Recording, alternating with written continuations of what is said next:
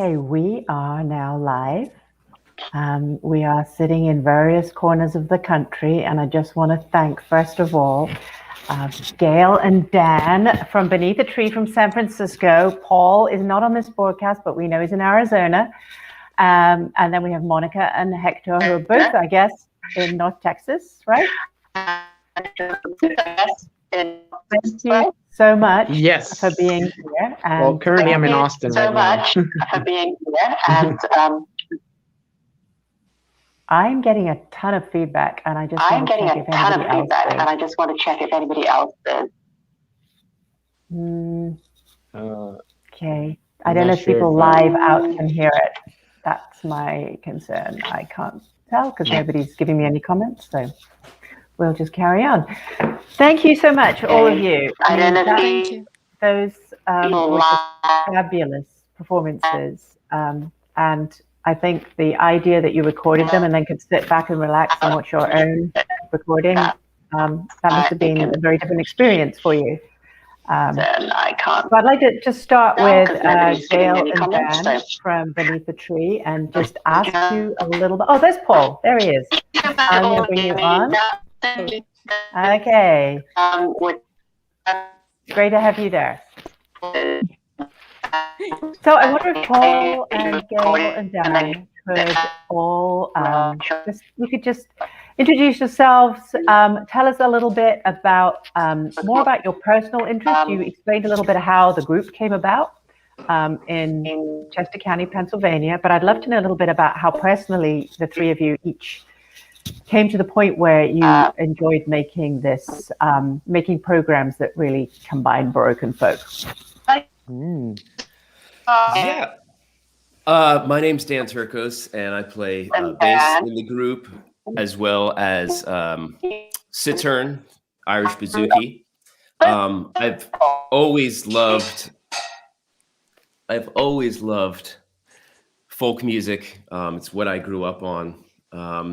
And as I started getting into more Baroque playing, I met Paul at the American Bach Soloists Academy, and we kind of hit it off. And when it came to do this project, which we really were working on a lot this year, he was my first choice of who to ask to play.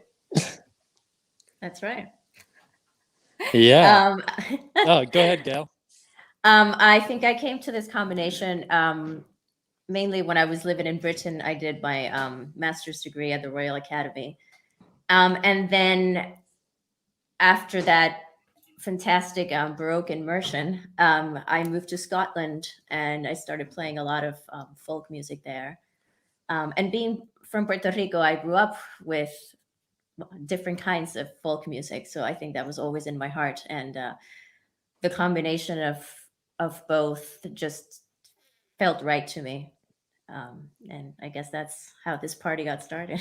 And I met Paul through Dan. So, yeah. Lovely.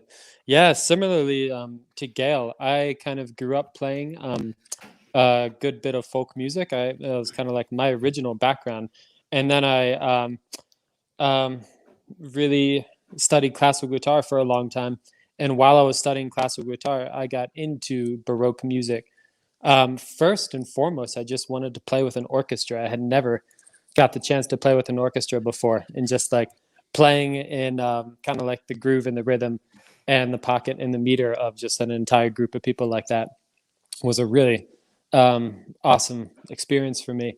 But I just kind of realized that the way you approach Baroque music in terms of like the figured bass realization and kind of the improvisatory aspect of it that's kind of like based on some harmonies and bass lines and everything like this was so similar to the approach of playing traditional music or folk music. So it was kind of a very happy marriage for me. And then Gail and Dan asked me to join their party, and it was a really good fit. So yeah. That's great to hear, and clearly it resonated with audiences when you first tried this out, and so you've continued to pursue it. Tell us a little bit more about how the recording went. So how straightforward you found it, how long it took you. You're great. I love the space, by the way. That is a wonderful background. Very cool background. Well, it was interesting, actually. But You should have got a because, view out the window for Yes, you should have. So basically, I booked this place thinking that it was just really cool looking. I was just like, oh, that's great. It's like a giant warehouse. And we're so used to playing in churches that I was just like, well, let's try something a little bit, bolder, I guess. But I didn't realize that it was in the Tenderloin, which is like a very rough a area. very rough area of San Francisco. And throughout the recording, there was a lot of background noises and music and huge muscle cars, everything you would expect. And we had a great time doing it. Yes. Yeah. So you don't have any extraneous sounds that made it into the recording, though? Well, we were very lucky. If you listen Yeah. carefully, We'd stop every couple minutes, but it didn't really ruin any of our great takes. So we were really fortunate. Yeah. And this can apply to all of you as musicians doing these recordings. When you're performing while recording, how is the experience? I mean, you're obviously, you're not playing to an audience. I mean, you're playing to microphones and a few people standing in front of you with masks. And I imagine you're not getting the feedback that you're used to. So I'm wondering, just how that felt to you all. Who wants to go first? Hector. Yeah. All right. I can go first. I don't know if you can hear me okay. Yeah. Okay, great. I have mixed feelings about playing for recordings. I value recordings quite a bit, but playing in front of an audience is just something that I just love too much. There's something I can't explain. I think we're losing Hector there. Yep. I think Hector's frozen. Can you hear me okay? Yes, I'm still here. Yeah. Just, It looks like we're completely frozen, Hector. So would Paul or Dan, you chime in. Well, I mean, one of the interesting parts for this specific project for me was that we're so used to showing up and playing our instruments. So for this, I was running sound simultaneously. So not only was I playing my instruments and singing, but also behind that curtain, I had my entire computer set up with all this mobile recording stuff that I've learned how to do this year. And yeah, that's been one of the interesting learning curves of this past year, is just putting yourself into situations where you just do it. You do it and you learn how to do it. And I think all musicians are on the same page of just doing more than we thought we would ever do. Absolutely. I mean, it's a very rare musician who's got through this year without doing any of that. And it certainly has been a learning curve. Like this platform, for example, we're using now, I'd never heard of until a year ago. And suddenly we're all using different technologies the whole time to connect with each other. I think that the lack of audience, as Hector pointed out, can be really hard, though. I think we're so used to, that. I mean, you as you mentioned before, you're just bringing your instruments. You get your instruments, you walk in and you play, and you get the feedback, and then you're done, and you're on a kind of trajectory, and you sort of, it's hard, but you end on a high, and this can be much more of a slog, I think, and you can lose the magic a little bit occasionally, can't you?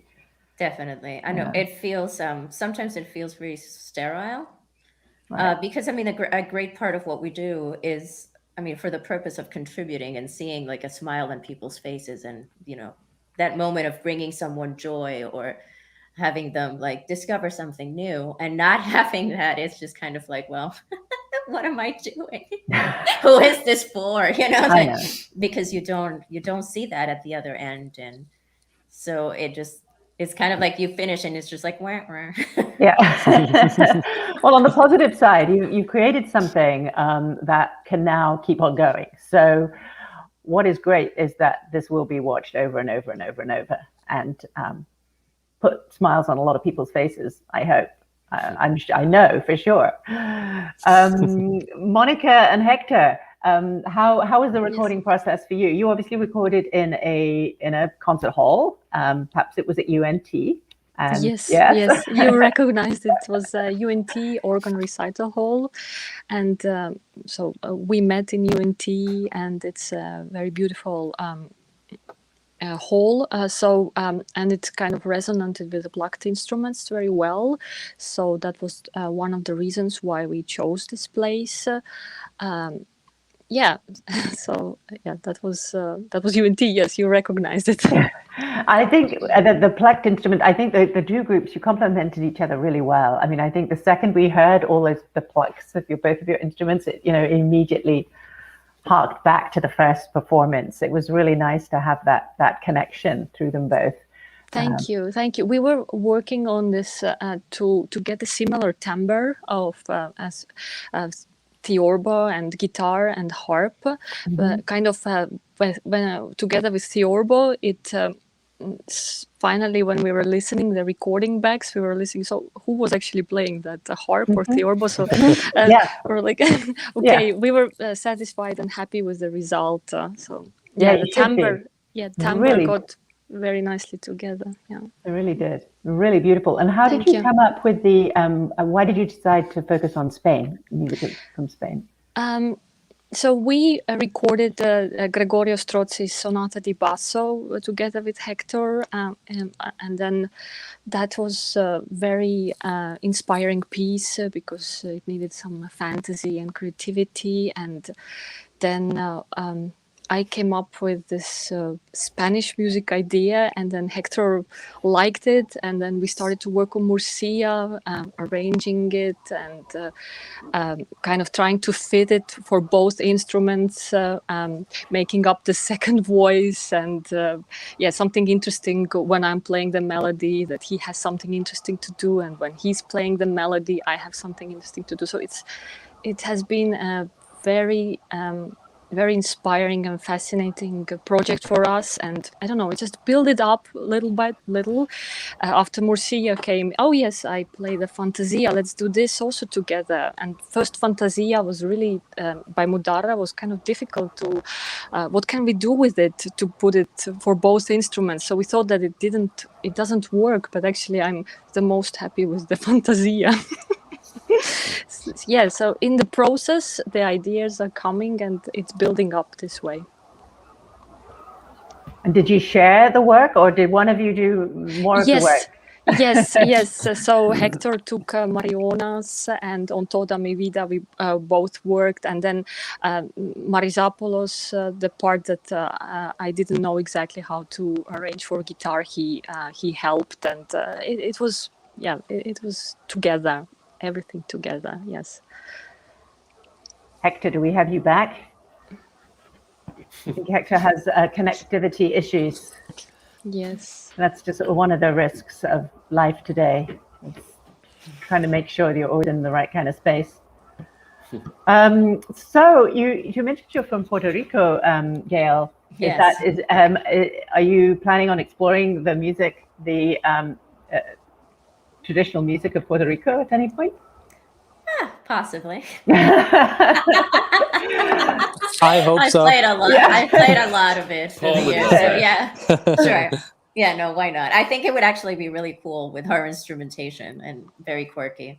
I'm sure it would be. Yeah. So what is next for you all? So what is next for Gail and Dan and Paul? I mean, obviously, Paul, you're one of a rotating cast of musicians, I guess, you work with. Gail and Dan, right? Yeah, totally. He's really our third musketeer.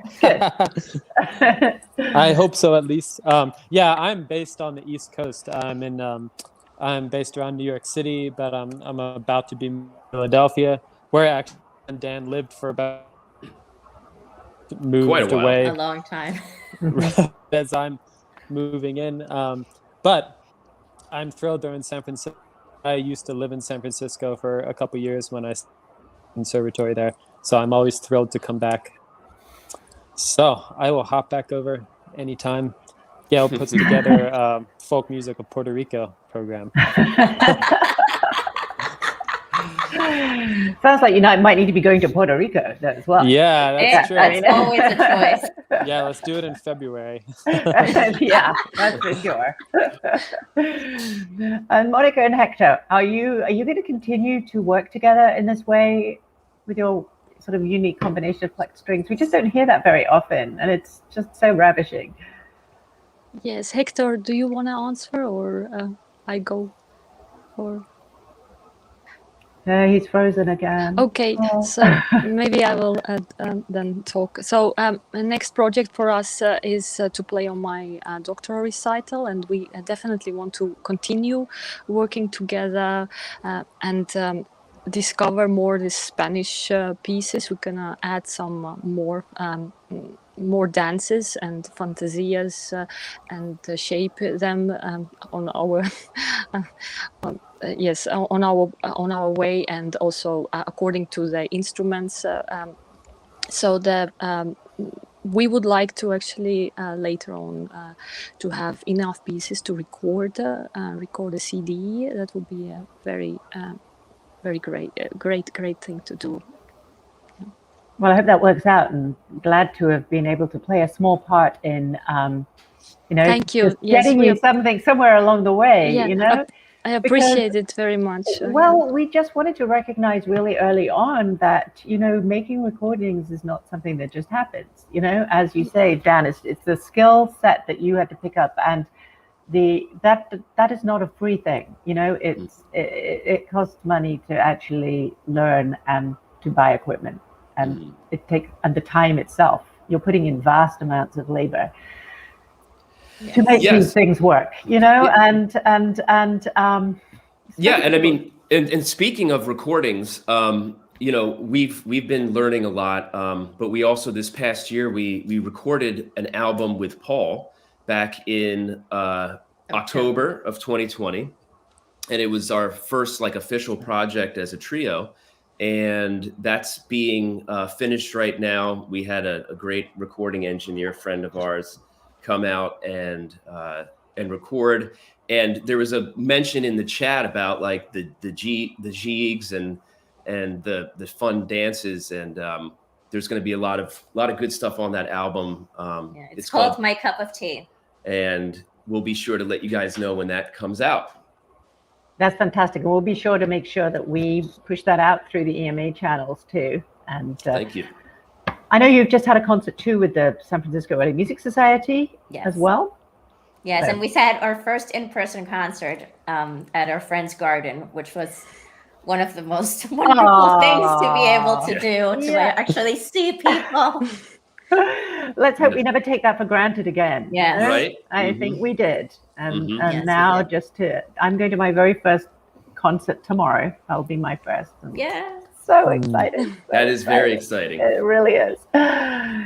So Monika and Héctor, you're in North Texas for the foreseeable future, both of you? Yes. Yep. And hopefully you'll be able to get out and about and share your music with other people live again very soon. Really hope so. It's been a huge pleasure to have you here today. It really has. Thank you so much. Thank you for joining us. And your videos are going to be up on our YouTube channel, and we're going to be pushing them out, and I know that they'll get a lot of airtime. And you're also closing out the Boston Early Music Festival, Fringe Festival. These concerts are the very last concert in the Boston Fringe, which is nice. So very nice. Hopefully a lot more people around the world will get to hear you also. A special thanks to EMA for putting this all together. For thank you supporting us in this difficult time, and just the least we can do right now. I mean, it really is. We're all just doing what we can to just keep everybody connected and going, so that as we gradually re-enter, we're in reasonable shape. Right. So, and it's also been just great to have projects to work towards. It's, musicians are very busy, but they're busy in new ways, and just to have something to look forward to, and we need to do these videos, and it has turned from we need to do these to like we get to do these, and what a great feeling it is to get together with your friends and play music again. So that's been a great opportunity. Good. That's really great to hear. Thank you very much.